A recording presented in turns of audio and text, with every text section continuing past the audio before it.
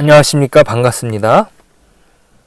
고린도 전후서를 사도 바울이 기록하는데 그 이유는 고린도 교회를 세우고 2년이 채 안 되는 기간 동안 고린도 교회를 세우고 가르치고 이제 떠난 후에 들려온 고린도 교회의 어려움들을 바울이 듣고 쓴 편지가 고린도 전서입니다.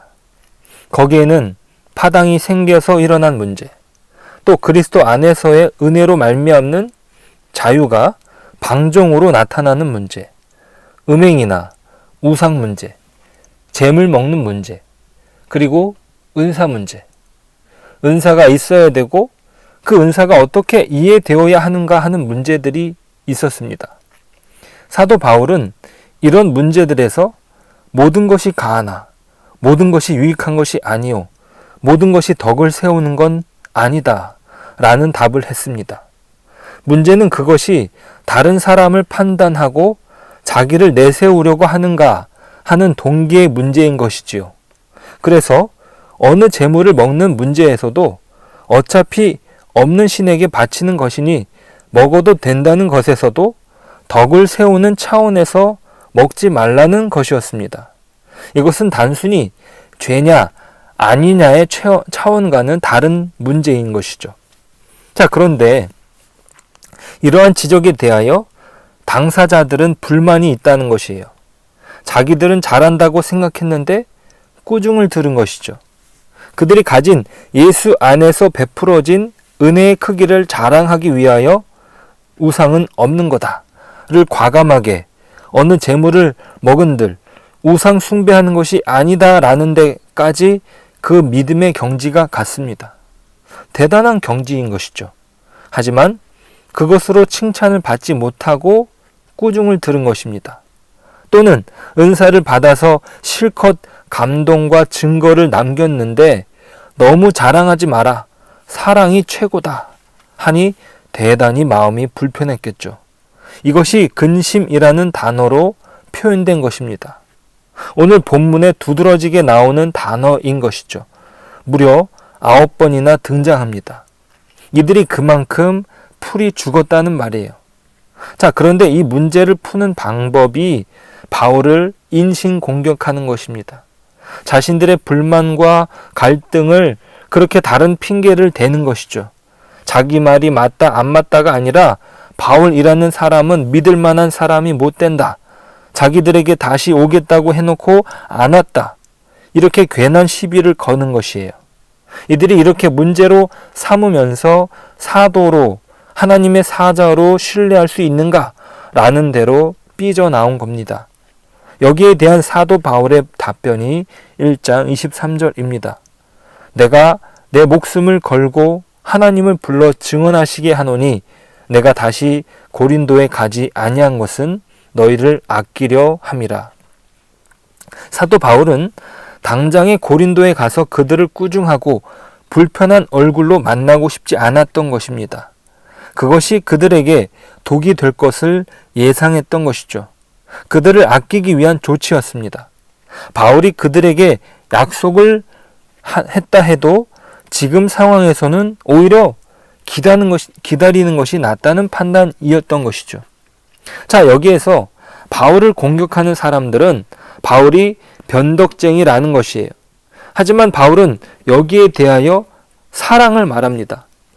지금은 싸우는 시간이 아니라 기다려야 하는 시간이라는 것이죠. 오늘 사도 바울과 부딪히는 문제가 무엇인지 말한다면 그것은 바로 당위성입니다. 당신은 변덕을 부렸다. 당신은 일관된 무엇이 없다. 당신은 기분에 따라 왔다 갔다 하는 사람이다. 이렇게 공격하는 것이에요. 이것은 우리의 일상에서 이렇게 나타납니다. 거짓말 했어 안 했어? 아니 그게 아니고는 필요 없어. 했어 안 했어? 이렇게 물어본다 말이죠. 왜 그랬냐? 이렇게 묻지를 않습니다. 무언가 들어주지 않는 것이죠. 다 필요 없어. 했어 안 했어? 이렇게 말하는 것이에요. 자, 이게 신앙의 영역에 와서는 어제 기도 몇 시간 했어? 기도 시간 지켰어? 아, 어제는 너무 바빴어. 아니, 그런 변명 말고 몇 시간 했어? 딴 얘기할 거 없어? 이렇게 쓰인단 말이죠. 이것은 판단과 정죄의 명분으로 사용되는 것입니다. 해야 할 것을 하지 않았냐는 것이에요. 자, 그런데 하나님의 구원은 이렇게 당위적이고 어떤 선포로 결정되지 않습니다. 하나님께서 구원하시는 세상은 하나님이 창조하신 시간 속에서 이루어지는 것이죠. 시간 안에서 이루어진 구원 역사가 있는 것이에요. 타락한 세상에서는 타락한 세상이라는 조건 속에서 우리의 무지와 원죄라는 조건 속에서 그렇게 하나님은 우리와 씨름하시고 만나시고 그런 다음에 자라게 하신다는 것이죠. 신앙에서 구원을 얻고 난 뒤에 그 경이로운 감동의 경험과 기쁨이 그 나중에까지 힘을 쓰지 못하는 것을 우리가 겪습니다. 예전에는 몰라서 죄를 지었다면 이제는 알고도 짓고 후회하고도 짓고 회개하고도 짓고 변덕이 줄긋듯 합니다. 그렇지 않습니까? 우리가 사는 것이 그러한 변덕 속에서 휩싸여 있습니다. 그런데 그것이 헛되지 않다는 것이에요. 회개하고 후회할 것밖에 없는 그런 인생으로 생각합니까? 하지만 그 길을 걷지 않는 사람은 하나님이 우리 안에 만드시는 것이 자라나지 않습니다. 새롭게 각오를 하고 혈서를 쓰고 다시 안 그러겠다 다짐을 하지만 그 약속을 지키지 못해서 울고 또 울고 그러한 날들이 지나서 성숙해지고 담대해지고 분별이 생기고 가장 중요한 것은 용서할 줄 알게 된다는 것이에요. 기다려 줄 줄 알게 되고 넉넉해지는 일들이 생깁니다. 이 모든 것은 당위적인 어떤 억지에서 나오지 않습니다. 24절에서 너의 믿음을 주관하려는 것이 아니라고 바울 사도는 말하고 있습니다. 지금 당장에 그들의 반발에 대하여 어떤 결론을 만들고 지금 납득해내는 어떤 무엇이 그들에게 필요한 것이 아니라는 것이에요. 그래서 설명으로 내어놓은 분이 바로 예수님입니다. 1장 18, 19절은 이렇게 기록합니다. 하나님은 미쁘시니라. 우리가 너희에게 한 말은 예하고 아니라 함이 없노라. 우리 곧 나와 실로아노와 디모데로 말미암아 너희 가운데 전파된 하나님의 아들 예수 그리스도는 예하고 아니라 함이 되지 아니하셨으니 그에게는 예만 되었느니라. 자, 예수님에게 예만 되었다는 것은 우리의 아니오인 불순종까지 끌어안고 가신 예수님의 예입니다. 아버지여 저들의 죄를 용서하소서. 이렇게 돌아가신 예수님이 베푸신 은혜는 우리의 변덕으로 운명이 바뀌거나 포기되지 않는다고 바울이 말하는 것이에요. 내가 변덕을 부렸다면 그것으로 하나님은 더 큰 유익을 만드시면 만들었지, 내가 신실하지 못했다든지 정직하지 못했다든지 이런 얘기하는 것은 예수님을 믿는다는 말을 아직도 너희가 제대로 모른다는 것이에요. 예수를 3번 부인한 베드로가 회복되는 것, 예수를 죽여라! 고함 지르며 반대했던 자를 위해 예수가 죽었으므로 그들도 구원의 대상이라는 것, 예수를 알게 하시고 아는 것만큼 행동하지 못하고 실천하지 못했다고 해서 예수님께서 모른다고 아니하시는 것, 이것이 우리 기독교의 본질이요 자랑인 것입니다. 이것이 바울의 내가 너희를 약속한 대로 찾아가지 않은 이유는 너희의 지금 반발을 내가 가서 어떻게 할 수 있지 않고 내가 강제로 결론을 만들 수도 없고 너희가 지금 납득할 수 없다고 생각을 했다. 우리를 위하여 십자가를 지신 예수께서 바로 그 은혜, 그 능력, 그 권능으로 궁극적으로 우리 모두를 유익하게 하고 항복하시리라. 고 내가 믿어 내가 그 계획을 변경했다. 이렇게 얘기합니다. 그래서 당위와 명분을 넘어섭니다. 교회라는 이름으로 모이면 당연히 우리의 기대는 이런 당위에 근거한 완벽함을 기대하기 마련입니다. 세상은 시끄러워. 그래도 교회만은 다를 줄 알았다. 이렇게 얘기하는 한탄은 흔한 겁니다. 그러나 교회는 천국이 아닙니다. 하나님이 부르신 자들의 공동체인데 다 그 모양이 다릅니다. 율법적인 면이 강한 사람도 있고 다양하고 넓어서 약간 혼란스러운 성격을 가지고 신앙생활하는 사람도 있습니다. 반대를 하려면 반대할 게 한두 개가 아닙니다. 자, 술 마시고 담배 피우는 것이요? 술 마신다고 담배를 피운다고 지옥 가지 않습니다. 술을 마신다고 담배를 피운다고 법정 구속되지도 않습니다. 한국 교회에서는 덕스럽지 않다고 금한 것이죠. 그 고린도 교회에서는 그 제사로 드려진 고기를 먹는 것과 마찬가지입니다. 자, 그 실력이 없는 사람에 대해서 정죄하는 것이 무슨 기독교인이 해야 하는 자랑이거나 명예나 책임이겠습니까? 왜?